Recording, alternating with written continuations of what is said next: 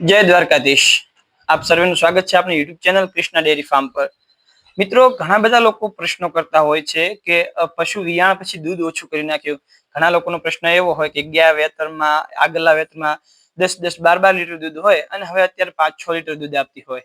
તો એનો આપણે એક દેશી ઉપાય, એક ઘરેલું ઉપાય લઈને આવ્યા છીએ અને સાવ ઓછા ખર્ચામાં, કોઈ એવી ભારી વસ્તુ નથી લાવવાની કે કોઈ બહારલી પ્રોડક્ટ કઈ લાવવાની નથી. તમને ઘરે જ અથવા તમારા ગામમાં કરિયાણાની શોપ પર મળી રહે એવી વસ્તુઓનો ઉપયોગ કરી અને તમે તમારા પશુનું દૂધ વધારી શકો છો.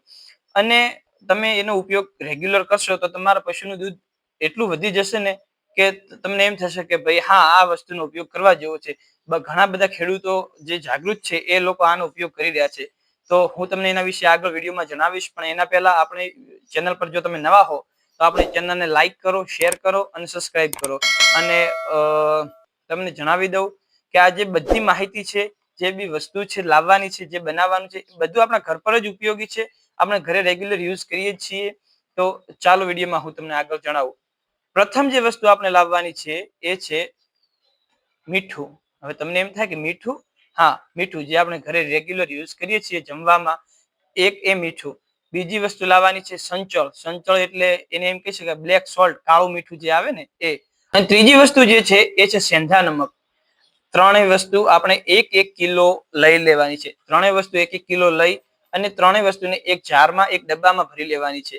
અને ચોથી વસ્તુ છે ખાંડ, મિશ્રી જેને કહી શકાય. એ આપણે 2 કિલો લેવાની છે. 1 કિલો મીઠું, 1 કિલો કાળું મીઠું જેને સંચળ કહેવાય છે, અને 1 કિલો સેંધા નમક અને 2 કિલો મિશ્રી અથવા ખાંડ, તમે જે કહેતા હોય તે. આપણી ભાષામાં કહું તો સાકર પણ ચાલે. આ વસ્તુને લઈ સાકરને આપણે ઝીણી એકદમ બારીક ભૂકો કરી નાખીશું. અને આ વસ્તુને આપણે અલગ 3 કિલો જે મીઠું લાવ્યા છે, સેંધા નમક છે, રેગ્યુલર આયોડિન વાળું મીઠું છે અને જે બ્લેક સોલ્ટ છે એ બધું આપણે એક કરી લઈશું. અને એક ડબ્બામાં આપણે જે સાકર કે મિશ્રી લાવે છીએ એને ભરી લઈશું. અને સાંજે જ્યારે પશુને તમે ખોળ આપતા હો એમાં 50 ગ્રામ મીઠું અને 50 ગ્રામ મિશ્રી એને મિક્સ કરી દેશો. તો તમે રેગ્યુલર જ્યારે એનો 15 દિવસ કે 10 દિવસ ઉપયોગ કરશો તો તમને એમ થશે કે આ 5-5 લીટર દૂધ કરવાવાળી ગાયનું દૂધ અચાનક 1.5 થી 2 લીટર, 3 લીટર સુધી વધી જાય છે. અને આ મીઠું એ તમારા પશુને મીઠું જે ખોરાક કરે છે એનાથી એના દૂધમાં વધારો થાય છે.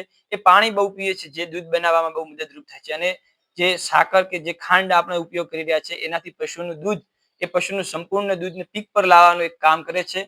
અને એ પશુને કોઈ પણ પ્રકારનું નુકસાન પણ નથી કરતી. તમે એક બીજો પણ ઉપયોગ કરી શકો છો કે સાંજે જ્યારે આ વસ્તુ આપો તો એક એક્સ્ટ્રા તમને ટીપ આપું છું કે સવારમાં જે આપણે મીઠા સોડા આવે છે, મીઠા સોડા પણ પશુને આપી શકાય. સવારમાં 20 થી 30 ગ્રામ તમે પશુને રેગ્યુલર જો આપી શકો તો એ પશુ માટે બહુ લાભદાયક હોય છે.